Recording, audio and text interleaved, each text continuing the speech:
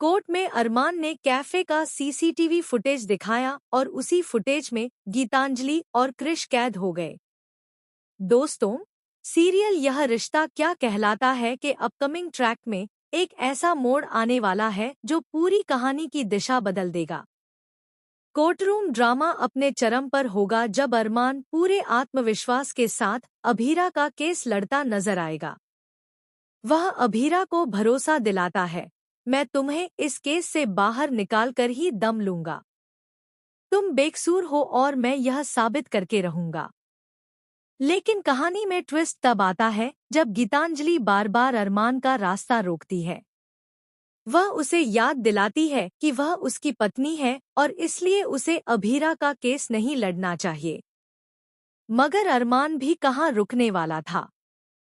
वह स्पष्ट शब्दों में गीतांजलि से कहता है, मैंने तुमसे शादी की है, इसका मतलब यह नहीं कि तुम मेरे प्रोफेशनल फैसलों में दखल दो। मैं वही करूंगा जो सही समझूंगा।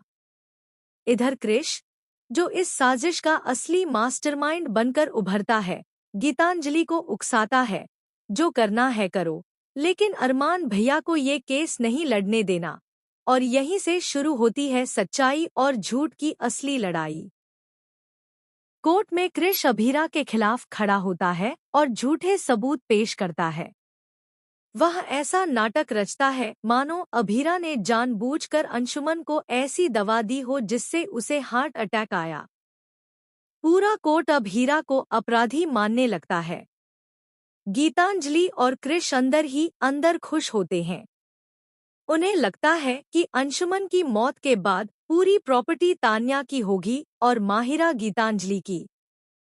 गीतांजलि का सपना है कि अभीरा हमेशा के लिए जेल में सड़ती रहे और वह माहिरा को पाले ताकि वह और अरमान एक हैप्पी फैमिली बन सकें। लेकिन दोस्तों, अब आता है असली ट्विस्ट। अरमान कोर्ट में कैफे का असली सीसीटीवी फुटेज पेश करता है। क्रिश तंज कसता है, यह तो हम पहले देख चुके हैं, इसमें कुछ नया नहीं है। अगर अपने क्लाइंट को बचाना है तो ठोस सबूत लाओ। अरमान मुस्कुराता है और कहता है, आपने जो फुटेज देखा वो अधूरा था। असली कहानी तो इससे पहले की रिकॉर्डिंग में है। और फिर वह पूरी 1 घंटे की सीसीटीवी रिकॉर्डिंग चलाता है जिसमें साफ हो जाता है कि अंशुमन के कैफे में आने से पहले ही क्रिश और गीतांजलि वहां मौजूद थे। वहीं गीतांजलि जानबूझकर चीनी के पैकेट को बदल देती है। अरमान बताता है कि अंशुमन सिर्फ ब्राउन शुगर इस्तेमाल करते थे और गीतांजलि व क्रिश ने उसी ब्राउन शुगर के पैकेट में दवा मिला दी ताकि जब अभीरा अनजाने में उसे कॉफी में डाले तो अंशुमन को हार्ट अटैक आ जाए। और बिल्कुल ऐसा ही हुआ। कॉफी पीते ही अंशुमन को हार्ट अटैक आ गया। इस खुलासे से पूरा कोर्ट हिल जाता है। क्रिश बुरी तरह घबरा जाता है, पसीने से तर हो जाता है और उसके चेहरे पर डर साफ झलकने लगता है। वह कहता है, यह कैसे हो गया?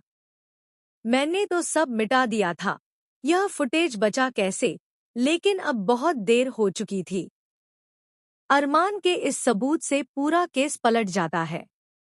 खुद को फंसता देख क्रिश गीतांजलि का नाम भी घसीट लेता है।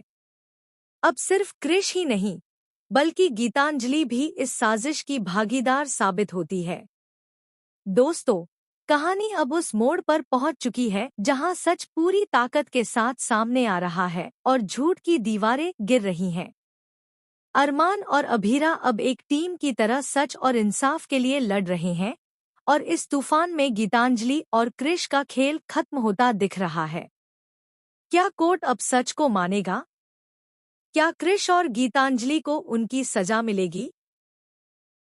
क्या अरमान और अभीरा अब बिना किसी रुकावट के एक